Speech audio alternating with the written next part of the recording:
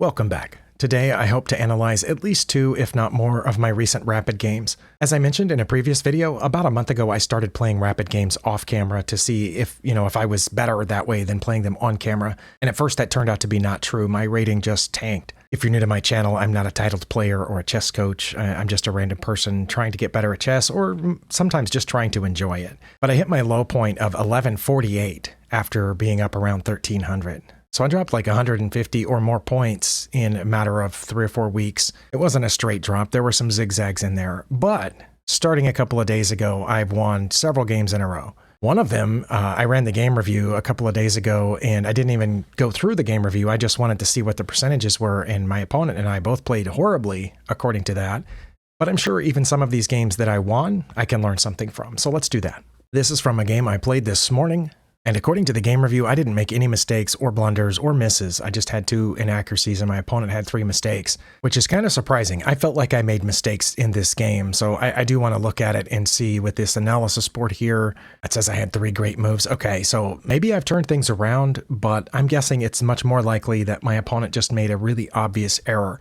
My opponent opened with d4, and I'm sure I've mentioned on this channel before, I have trouble playing against d4. I seem to do okay. I have a pretty okay record against e4. Even back when I was playing the Caro-Kann, I was close to 50% against it, and with the French defense, I think I'm slightly above 50%. But d4, I've tried a variety of things. And one of the things I tried a while back, and it didn't work out for me then, but I decided to try it again, was the Dutch defense, which is f5 in response to d4. And right after I played it, I realized I haven't done that in a long time, so I don't remember what the idea is. I just remember that you're supposed to do that, which guards a center square, and then, maybe get a knight out. I wasn't sure. My opponent played e4, which isn't one of their top moves, but it shows that they still have a very slight advantage. And see, here I wasn't sure if I was supposed to take it. I know taking it opens up, really opens up this diagonal toward my king. But that is my best move. It's the only move here that keeps us under +1. So I'm glad I did that. I didn't know that was a book move. All right, and here I expected my opponent to either get this knight out or maybe just start developing pieces. I know they can't put this knight where it normally goes, but maybe get this bishop out and then put the knight behind it. But when they did get that light squared bishop out, it was counted as inaccurate by this game review, and it says I now have an advantage if I'll play knight to f6. In hindsight, I'm not sure why I didn't. And this is another time where the best move and the second best move are both the same, and it looks like the lines are the same. However, one of you said if I expand the line and look at more of it, there will be a difference somewhere. Okay, now clearly there is a difference here. Where do the lines diverge? Okay, they diverge here 10 moves later, where in one of them I would play queen to f8, and in the other one I would play queen to e7. All right, well, that doesn't make it worth it to me. I still say they need to correct the code and not have the best move and the second best move on this turn be the same. Surely that's just one line of code. Anyway, I'm kind of surprised I didn't play knight to f6, but probably why I didn't was because it would be so easy to attack the bishop here and defend that pawn at the same time. But when I did it, that was also counted as inaccurate, and now my opponent has the advantage again if they will check me over here, which is why I should have played knight to f6. Well, my opponent did check me over there, so good for them. So far, so good. I thought nothing else made sense here other than playing this, because I could move my king, which looks like that's the second best move, but it results in a mate in 5 because they're going to take this pawn with jack. And then I would either have to go back or, yeah, I would have to go back at that point. So yeah, g5 made sense, and they could take here, but my queen would be defending it. I guess we could do a queen trade there and I would be down a pawn. Okay, well, maybe next time I'll try to remember that knight to f6 was my second move there, or third move, whatever it is, after I take that pawn. Okay, so I did play g6. I don't know why it's counted as a great move. It's just the only one that seemed to work at all. Okay, and they were supposed to take on d5, and we were supposed to do the queen trade according to this line. Any other move is at least a mistake for them, if not a blunder. They did the second best move, in which was counted as a mistake, but now I'm up -2. But again, I have an only move, so maybe this little series of moves should have been a puzzle, because I've had 2 or 3 only moves in a row, too, I think. Well, here they're clearly aimed at my rook. And if I do anything else, like attack the queen with, knight to d7, or, I don't know, get this bishop out or whatever, they're going to win something and I'm going to lose. So knight to f6 is the only move that made any sense. I only spent 3 seconds on that. It seemed fairly obvious, and I was probably regretting that I didn't play it earlier. Now I'm ahead. It says they can check here, but I don't know why I wouldn't just block that with the pawn, and then they would have to go back, or they can just go back first, which is what they did. See, I didn't know I was way ahead here. I'm up nearly -3. Well, let's take a moment and figure out why. One obvious reason is that, at least pawn-wise, I have more space, at least as space is usually counted. But they have more development than I do. They have a queen right in the center of the board, which is, supposedly a really good square for the queen. It's patrolling diagonals, it's facing my king, it's threatening this pawn if I ever move my knight. And it feels like my king is less safe than theirs. So by all the normal metrics of this evaluation, I don't see how I'm ahead. And I'm supposed to play knight to c6 here. I know I did consider playing knight to d7, which would attack the queen and still not block in my c pawn, but I don't remember now why I didn't do that. Probably because I was worried about this, and so I got this bishop out thinking I could castle before too long. It wasn't counted as a mistake, but it's not one of my top 2 moves. It's just now we're down below -2. And of course I'm lining up with their queen, preparing to move the knight someplace, possibly, maybe not right now, because if I move the knight right now, then I lose the d-pawn. But I'm also prepared to castle. Now, according to Stockfish, they should just get this knight out, or maybe move the queen over here. But I guess they did realize that the queen might be in a little bit of trouble, so they did drop it back. And the evaluation stayed about the same, so I'm guessing that would have been listed as one of the top moves if I had more space up there. And here I should have played c5. Really? Okay, normally I play c5 when I have a dark squared bishop pointed at it, and here I do not. Or sometimes play knight to d7, which will defend against the c5 square. But here I'm just supposed to move it up there, and they're going to take it. And then I would play knight to a6. Okay, that seems like pretty high level to me. If right now I played this, and they took, and then I played knight to a6, and you saw that happening as I played it live, you would probably guess that it wasn't me, because it wouldn't have been. Okay, but castling is the whole reason I set up this way. How bad was that? Not that bad. We're still very close to -2. Now they are supposed to start developing probably this knight over here. And see, now in this position, I feel a lot better than I did 2 moves ago when my king was still in the middle. Now my king is castled. Now I do have more space here. Their bishop isn't pointed at anything because this pawn's in the way. Their queen is still kind of patrolling, and it is still facing my king, but it's not nearly as scary as it was here in the middle. So I think given this position, I might have evaluated that I was slightly ahead, maybe not as much as -2. My opponent surprised me by playing c3. I think I understand it, that it was, defending this pawn, but it does take away one of the normal development squares for the knight. Maybe they were trying to bring their bishop around this way to come in. I don't know. I'm really not sure of the rationale for c3 there. As I mentioned a couple of times, I was planning on playing knight to d7 at some point, and I did here, but I should have played c5 again. This time it says they wouldn't have taken it. I'm pretty sure that they would have, but I don't know. Not everybody does. Or knight to c6. Now, unless I have a really good reason, I'm not going to put the knight in front of the c-pawn, so I played here right at -2. And now I'm ready to play c5, but my opponent has to make a move. Again, they're supposed to develop this knight or play queen to h4. I don't think I would have found queen to h4 if I were them. I might have developed this bishop or this knight here, one of those two probably, or maybe even the other knight.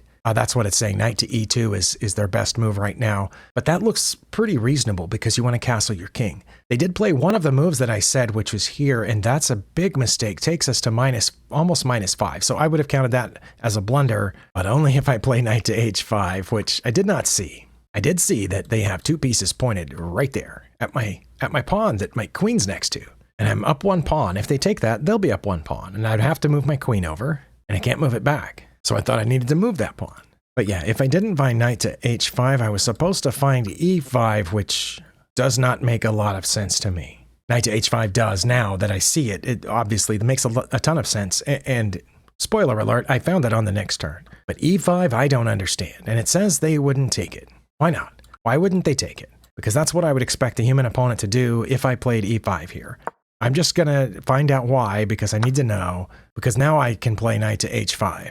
And I would still be ahead if I just took this, which gives away a knight. And now I'm still way ahead, but only if I find knight to h5, which threatens their queen. It has to move, cannot keep defending the bishop. Oh, and I would pick up the bishop for free. No, that's not what would happen. It says if I played knight to h5, they would take my bishop. Then I would take their queen. Then they would take my rook. Then I would take their rook. Then they would take this pawn with check, even though my queen is defending it. Well, that seemed like that would be a really wild game. I would expect most people, if I played knight to h5 here, to move their queen and let me have the bishop. Okay, but yeah, I'm kind of surprised that I'm ahead here because I am down a piece. but I would get the piece back by moving the knight over here.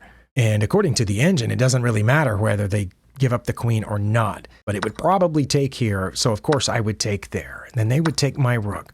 I would take their rook. Oh, and then, okay, see, earlier it said here. That's what the line said earlier, but now it's saying, no, run away with this. And now I'm just up 4 points of material. But I'm about to be down some material because of that. I can't get that thing out. That's interesting. Well, anyway, I saw him pointed at this pawn. I figured that's what they were aiming at. That's what they pointed it at. So I needed to move the pawn. They could still go there. They just wouldn't get the pawn with it, and I could move over. I don't know why I didn't play c5, but I just got the pawn out of the way. I was a little worried about the bishop being able to come through here. And now they are supposed to play bishop to c7. And it says that instead of moving my queen, I would play knight to h5.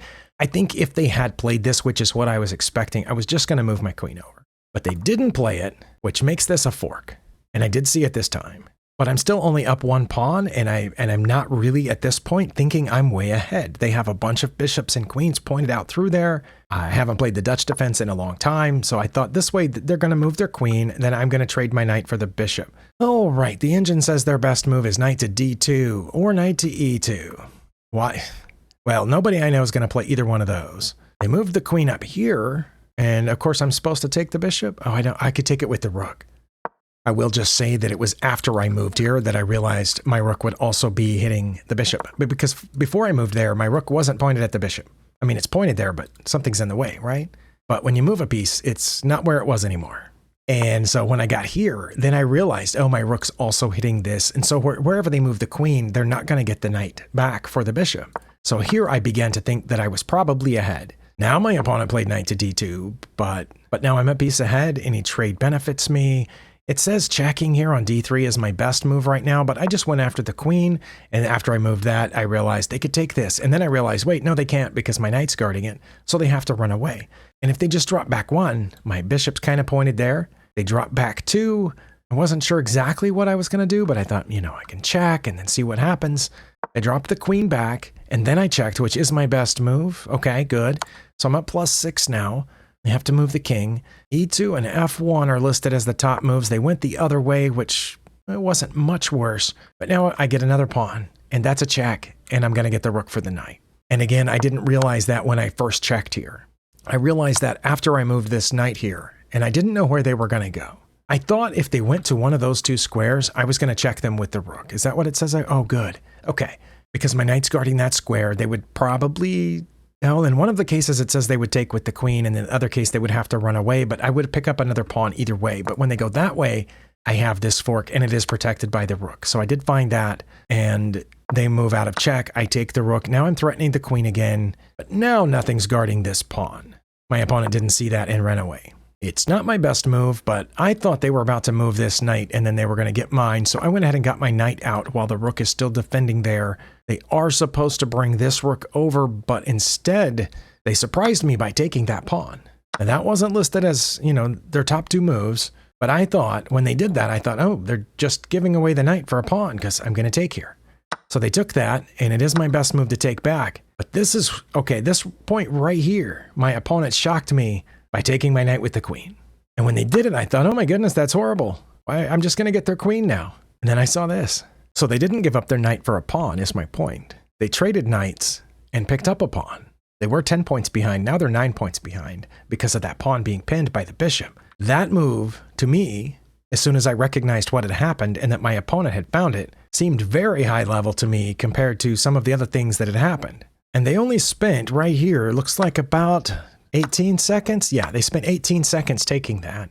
And after I took here, they only spent 7 seconds taking with the queen. So it's not like, they spent minutes figuring this out. They acted on both of those pretty quickly. So good job, I guess, for recognizing the pin and picking up a pawn, and also for continuing to play, I suppose. And once I realized that, I realized I don't know what to do now, but I did have a check down here. So I checked, not knowing, which direction they would go.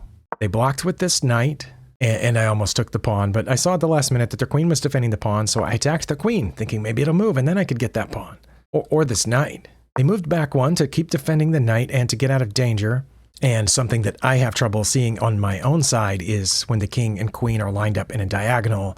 But when my opponents do it, I'm pretty good at seeing it. I'm bad when it happens to me, and I let other opponents, have that tactic against me sometimes. But I usually recognize it when other people do it, or at least I'm getting better at it, and they resigned here. So, okay, so I'm pretty happy with this. I didn't make the best move every time. In here, it's basically saying I should have gone ahead and gone for the fork instead of c6.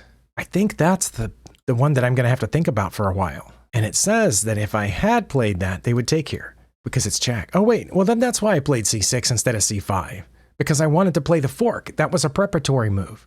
Okay, I'm not going to look at that any longer now that I remember my reasoning here is that my knight's the only thing guarding that pawn because this knight's keeping my queen from guarding it.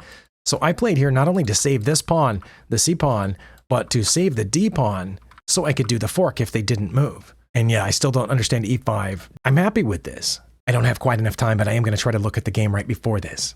Okay, it's a good thing this game is really short. I don't remember it off the top of my head, but probably after I play a few moves, I will remember it. Okay, I did play the French defense here, which, I have been playing for some months now. And here I do expect either the advanced variation or the exchange of variation from most players. They did advance. I'm going to play c5 here. I played one of the common moves that I see all the time. And all the time I forget to take. Wait, I've been playing this wrong the whole time. I could have sworn knight to c6. I never even checked this part of the opening for the last few months because I thought it was this one. I'm supposed to go ahead and take the pawn first, and they won't take back. Yes, they will. If I take this now, why aren't they going to take back?